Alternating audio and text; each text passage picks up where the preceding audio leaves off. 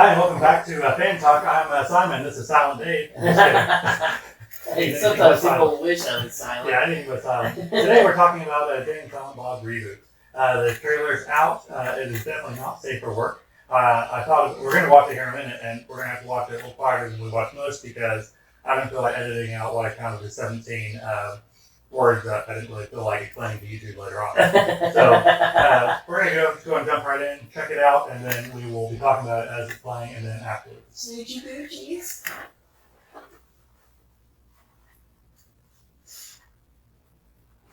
In the red beginning, it's like, language. There's the old ear or the old TikTok.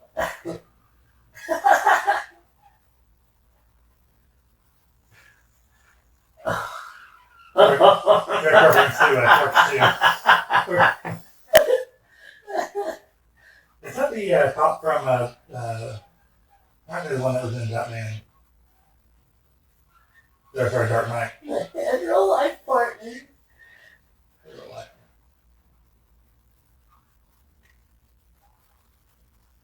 Yeah, basically. And he's actually his Brody, just as Brody as I'm not banking. Yeah. Not a cameo, but. I'll allow it.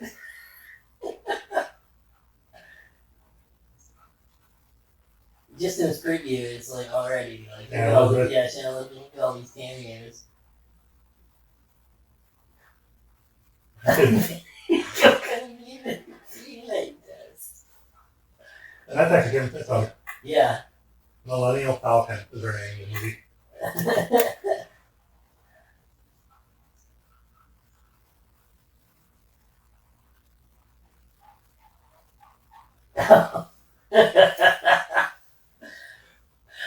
Oh man.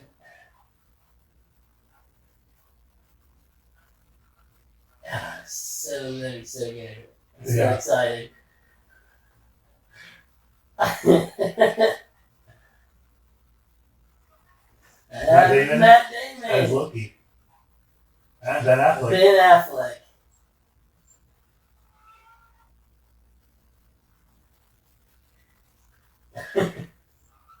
Chris Hemsworth.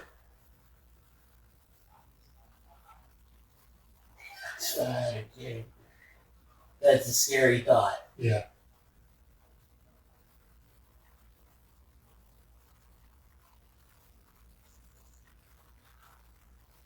Jane Silent Bob Reboot. Yeah, you can taste for this. It sucks, that's it.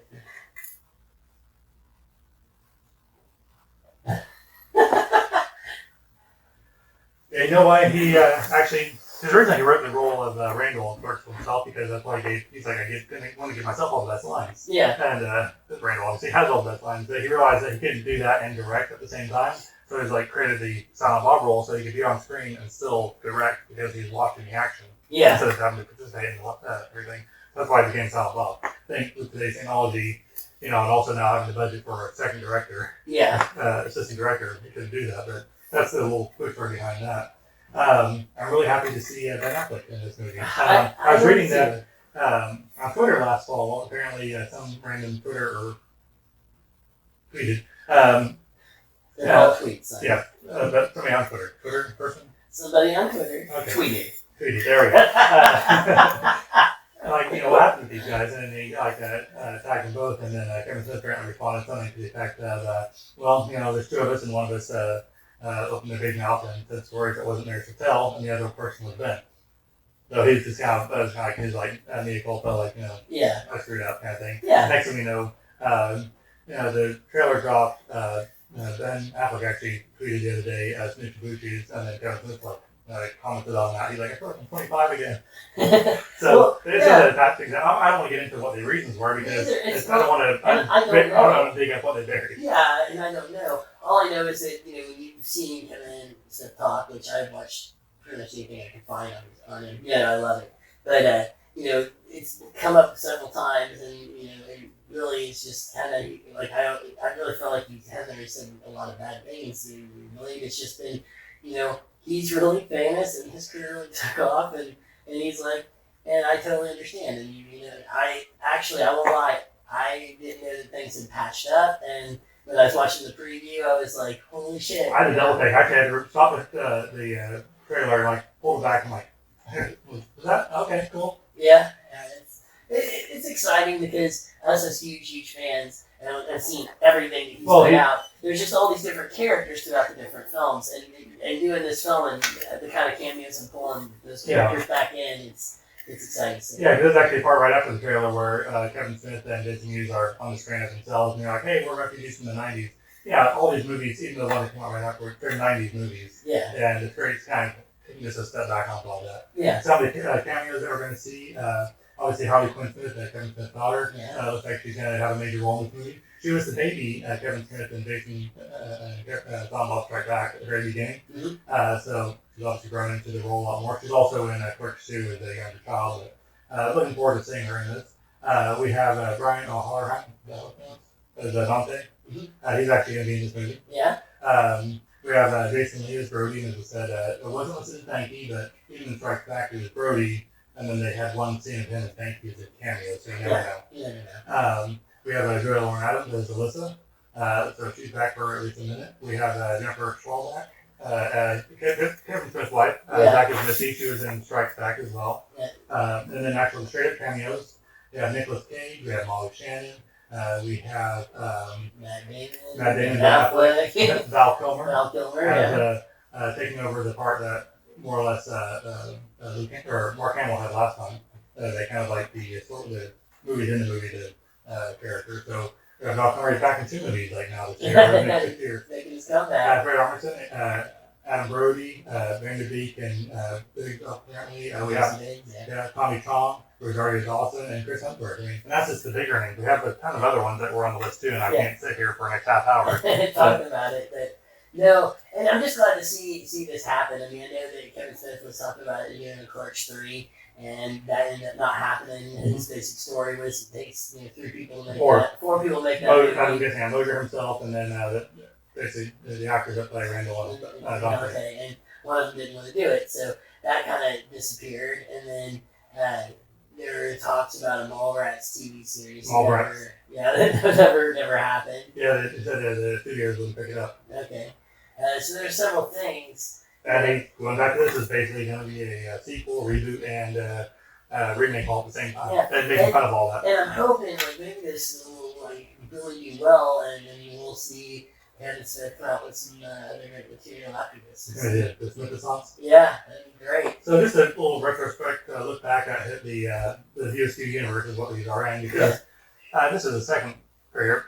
This has been talked about by Mr. Smith himself, but this is one of the first times we saw. It wasn't like a direct movie series like Superman 1, Superman 2, Superman 3. This was actually like a series of independent movies that were connected in their own universe. Yeah, the first time they went to this.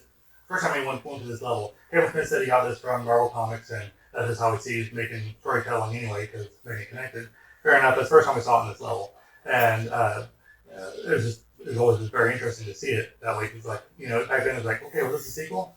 Not really. It's another movie. It just has the same characters, same town, same universe. References the same events. Same references, same events. You might see a character that or a character that dated another character in another film. I mean, just everything kind of tied together. The first 3, especially the Clerks, Mallrats, Chasing Andy, were much more interconnected on who's dating who than the rest of them were. The rest of them were mainly connected by the fact that Jane and Bob were in it, to a degree. So the first 3 were really formed the core of that. And then also whenever Jersey Girl came out with Ben Affleck and the others, and I think 2004, everyone was like, is this part of the same universe? No, it wasn't. It's literally separate. But maybe that could have helped it if it was. Anyway, so back in '94, he maxed out his credit cards and made Clerks for about $27,000. Yeah, he actually sold off his comic book collection and maxed out his credit cards to make Clerks, which at the time did with I think it was old film stock, and it was old black and white film stock. And Shooting at nights, and he worked the store during the day. Yeah, and it was fantastic. I mean, the short. They can do. I mean, they've actually done long stories on this, but the short story of that is, they made it. He edited it. He took it to local film shows and festivals and tickets. That didn't actually do so well at first. He managed to get it into got some feedback. Changed the ending where Dante was shot, I think. Yeah. I might have this out of work, so I apologize. This actually happened later, but yeah, I changed the ending, and then I got it into Sundance, and then at Sundance, the managed to pick up some scene there, won the award, got picked up for distribution by Miramax, and they reimbursed them the $27,000, and then also some extra $300,000 on top of that for a purchase rights to the movie. And then within another year, he's on to the next one. But before then, Torch was popular because it shows you don't need to have the special effects. This is a dialogue-heavy movie, heavy on language, but it's dialogue-heavy. It was some of the earlier uses or beginnings of, I call unquote, nerddom, where people are talking about pop culture, comic books, Star Wars, and it's okay because people talk about that. Yeah. You didn't see that in a whole lot of movies before that, and that was one of the first ones that really did that. It also really reached out to your everyday man, like your everyday person. It's like when I watched this movie, I was working at Blockbuster Video. Okay, I was working at Blockbuster Video. I see this movie on the shelf. I got to take things. I want to watch movies all the time. Wow, it was a great job for me. I love that. And so I took that movie home and watched it, and it was a movie immediately. If you worked at Blockbuster Video, you related to these guys. You're like, oh, these people coming in, and I mean, one of the guys, Randall, worked in the video store, and like the stuff he was saying at the time, it reached me. I was just laughing my butt off, and then of course you worked there with me along with our buddy Robbie, and the three of us worked together all the time. And what did we do? We sat around and talked about movies. We talked about criticize the customers after they left the store. Yeah, which ones you hate? All of them. Well, it's like the scene, one of my favorite scenes, when they're talking and he's like, the Death Star getting blown up, and he's like, it's horrible. It's like, the rebels were jerks. Like, they weren't all, like, stormtroopers. One of the guys fixing the toilets, and this, that, and it's like, we used to have those nerdy conversations about, what about independent contractors? And also, there's just so many great parts of that movie, like, 36? Was that include me? 37. In a row? So it was a great movie, great, and also at Blockbuster, you're the first one to pick out the movie for the employee favorite wall. Yeah, you were the cool guy. Like, you always want to have the best movies on your employee wall, like Simon's wall, David's wall, Robbie's wall. We used to take turns moving that movie around because we all wanted it. We all wanted it. And I remember when he went to a different store one time, somebody else in my store ended up with that movie, and when he got fired one day, everyone basically ran across the store to grab the movie to move it over there. Yeah, right, because you want, and that was the great thing. I think that's why, like, to me, proves a great cult classic is when you got, these people who've seen it, and you really are trying to get as many people as you can to watch it, because I really feel like that's why Clerks was such a success. It's because so many people watch that movie, and it's like, no, you have to see this movie. Yeah. And like, you're sitting there at first, and like, for some people, like, the sound quality wasn't so great. The filming, it wasn't a big budget. Black and white. Yeah, it's the whole thing black and white. I think shot in security things. Yeah, there's some people that we knew who've never even seen a black and white movie. Yeah, it's just like uncultured swine. Yeah. But well, anyway, moving on. That that allowed them to get the connection to Miramax to go ahead and have the financing together for Mallrats the following year, which was a big change in tone on Clerks. Is more, not quite as, it's still R-rated, but it wasn't quite as gritty as Clerks. Obviously, it was more slapstick. Had a lot more kind of almost like a silly tone to some of it. But still a very enjoyable movie. I still love watching it. It bombed at the box office when it came out, but it's become a cult classic. Like, people now go back and like, oh my god, that was a fantastic, bit of comedy. Yeah, it became a cult classic after the fact. And a lot of the things about it that took away from the things that were different from Clerks II is you got to think that the studio had their hands on a lot of that.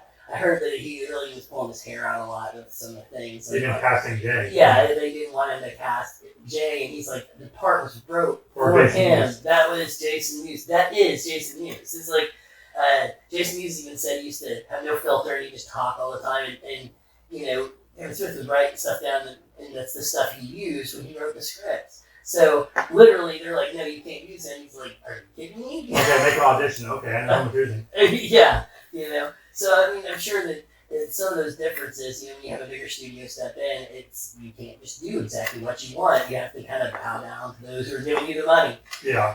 But he got Stan Lee for this cameo, which is later referenced in Marvel Universe as Captain Marvel. Mm-hmm. But he wrote the script. He's like, I'm a big part of the story that needs a cameo.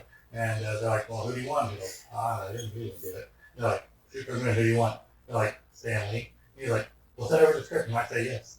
They sent over the script, and I guess got back in touch with me like, yeah, I'll do it. He's like, I just have a problem. I'm married. I've been married for all these years. I can't talk about like this one woman that got away. He's like, so it's got to be. He's like, you got to rewrite it, make it look like I'm making up the story on the spot for the purpose of helping these guys out, which is why he added that part in. Like, oh, I think they believed it. That was to help out Stanley and make sure his wife knew it wasn't like some actual story that he had all these years.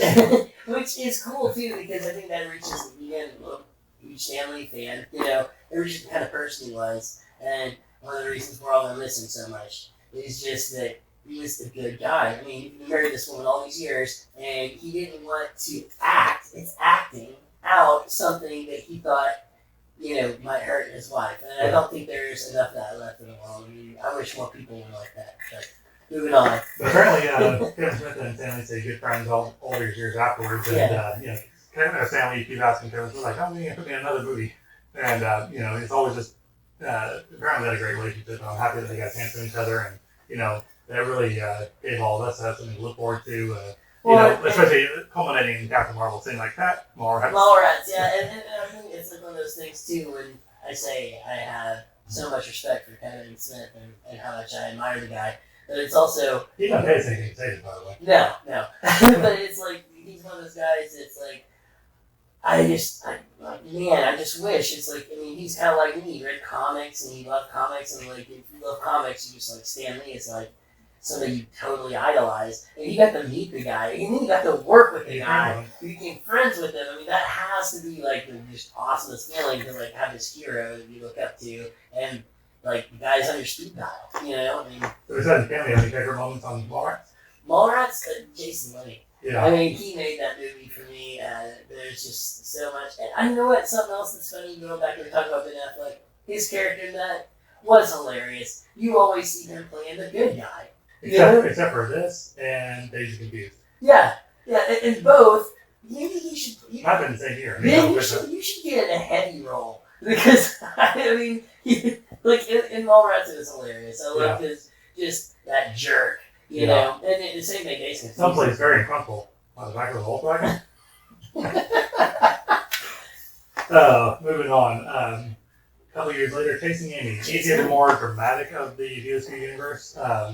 That Ben Affleck is in it, and then Jason Lee and the different characters from Mallrats, which is very confusing when you're going back and watching, his cameos in the movie later on. Okay, which one's going to be this time? Chasing Amy, it's bigger budget. Actually, it's much smaller budget. After the Mallrats bomb, with the $6 million budget, Chasing Amy, I think, had like a $600,000-$700,000 budget. Like, it was back to basics. Did not realize that. That is also one of the most critically acclaimed of all of them. Yeah, but it was very critically acclaimed. They had great acting. So most of it was sitting around talking in apartments, offices, and diners. You're right. But I don't even like what I think about it. It's one of them. Whenever I watch it, it seems amazing what you can do with people sitting down just talking. Yeah, but it was just like one of those. It seemed like a high budget film, but yeah, it was. The main action is the guy at the very beginning kicking over the podium, getting mad at being called What's a Nubian? One of my favorite lines in the movie. Once again, Jason. Yeah. But the movie has a big tonal shift, which is fine because it's building up to the whole purpose of it. The second you hear the word finger cuffs, the whole movie changes different. And at that point, it's obviously becomes more about the relationships and things that you can't let hang up about your partner's past and things like that. You let it will destroy relationships. And all those lessons still ring true today. So it's a very, I think, well thought out movie, but it still takes place squarely within the universe without being too different from it. Unlike on your last thoughts on I was just gonna say too. In a lot of ways, I feel like Kevin Smith was ahead of his time in making this movie because if you think about the things that were discussed in that film, especially being very friendly to the LGBTQ. Yeah, it was like, exactly. It was like, it was touching. I know that was cool in the 90s, but it wasn't accepted. Yeah, and it was really touching base on a lot of things that weren't talked about in the early 90s, and the late 90s. It was still very frowned upon, and there's a lot of things about relationships that were people still haven't figured out how to build out taboo and things. I think that like stuff that you see in shows now on television and in movies now, he did that in Chasing Amy before a lot of the people were doing it. I just thought that looking back on it, it's pretty interesting. Yeah. Following up Chasing Amy with Dogma in 1999. Easily now this is another one that probably is the most outside the box on even the View Askew Universe ones. Yeah. So Dogma is obviously religious, kind of more fantasy. It had a lot more set with God. Yeah. Looking at Florentino as the last lion, basically the last descendant of Jesus. Chris Rock as the 13th apostle, Rufus. Yep, and Matt Damon's Loki. Yeah, hey, that's the second time he's been Loki. Exactly. Well, actually, the first of 2 times he's been Loki. Yeah. Other time being Thor Ragnarok. Yeah. Playing a wannabe Loki in a play. Yeah, he's actor portraying Loki. An actor playing Loki. There we go. But and Ben Affleck as the other angel, Paul Angel, that tried to get back to heaven. One of my favorite my favorite parts of this movie is George Carlin as a cardinal. Because anybody that remembers George Carlin, been to the stand-ups or seen his stand-ups, knows that was a complete finger in the air to him playing that kind of role, because he's completely atheist. Even though he's very Catholic. I still have my statue of Jesus now, man. I love that. Buddy Christ. Buddy Christ. I saw it too. It's great. Buddy Christ. Hey, it's your pal. I love it. It's good stuff. Oh, it's so good. And that's some massive backlash from the religious community. Huge. In fact, it was one of we talk about our favorite moments in the movie. It's actually really worth watching in the theater. You were with me many moons ago, and we had some other friends with us. And literally, the first thing you see is that whole joke about how God created the platypus. So hey, you can be religious and just walk away from this movie laughing. This is just God has a sense of humor, guys, right? So look at these creatures. Yeah, and that they don't need to slide the planet. Literally, and then the very next scene, this person that was with us, I'm not going to name drop this, fairly religious person, literally got up and walked out of the theater. And you were like, I guess they can find a ride. I'm not leaving. I want to watch this movie. Just got to wait an hour and a half. I guess you have to wait because I'm not leaving the movie just because she's offended, And so it was a friend. It wasn't a date situation. Yeah. So I mean, to me, that was the funniest part. My memory from watching the movie in the theater is when you talk about all the controversy. Was literally we were one of those people who were just like, I'm mad, and I'm out.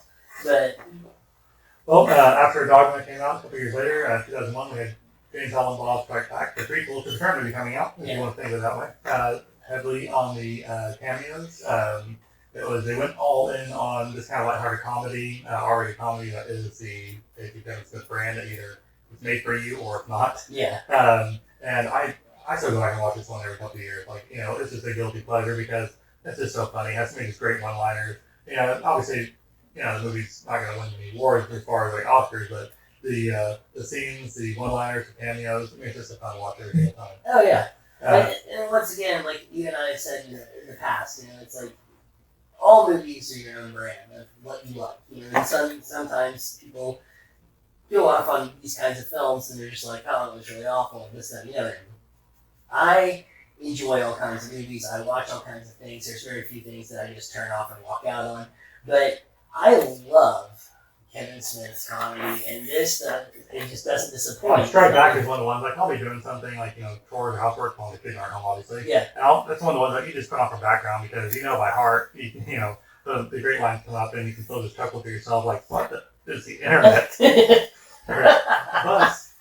Didn't we ride the bus for free as a kid? Yeah, it's just the great little lines, and it keeps you going back and laughing.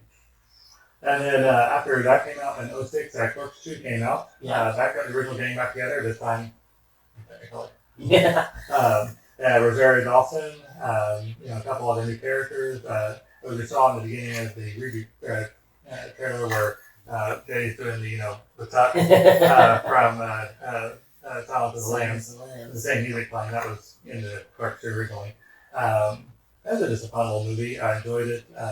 It was kind of good to see where they were 10 years later with a little bit of hope, not just exactly back in a convenience store, and by that time would have been a failing video store based on how the rest of the video market was going. Yeah. But it's a fun little movie, and it's kind of sad that it's now been 13 years since that's come out. Yeah. And unfortunately, you couldn't get to the Clerks 3, but hopefully we get a little bit of like, what's going on with people and the reboot. Yeah, and like I said, I'm super excited. This movie's coming out, and they're doing a 600 theater rollout. Yeah, it'll be released in October 15th, and then after that, I think they're going to do some back-to-back Strike Back and Reboot, like playing dual features. And then Kevin Smith and Jason Hughes are doing a roadshow to different locations to do kind of Q&As after the showing of the movies, lasting from October to December. So I'm not sure where the wide release will be in that. It depends on how it rolls out. Hopefully we'll move to see it.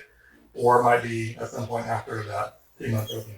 Yeah, well, I'm just really hoping that we can find out where those are at, and if we do, then we'll go to it, and maybe we can do a fan talk about that. That'd be fantastic. But the one thing I will say is go out and watch this movie. If you're a big Kevin Smith fan, you guys need to go out and use your dollar power and watch it, because that's what's going to get us another movie. Yeah, if you haven't seen any of the previous 7, and try those out first to see if it's this your thing. If it's your kind of comedy. If you've seen one of those before and you walked out of the theater, then you might be trying something else, honestly, because you're not going to see anything different. Yeah, but I still feel like I have no shame in telling people, go watch Clerks. Even this far back now, I still enjoy watching that movie. If I say it has a super way to watch them, the footage, the soundtrack, everything else, try chasing it. Yeah. If you can't get in on that one, then nothing will get you. Yeah. Well, I think that's all we got for that one for today, but thanks for watching, and remember to click like and subscribe, and we'll see you next time. All right. See you guys.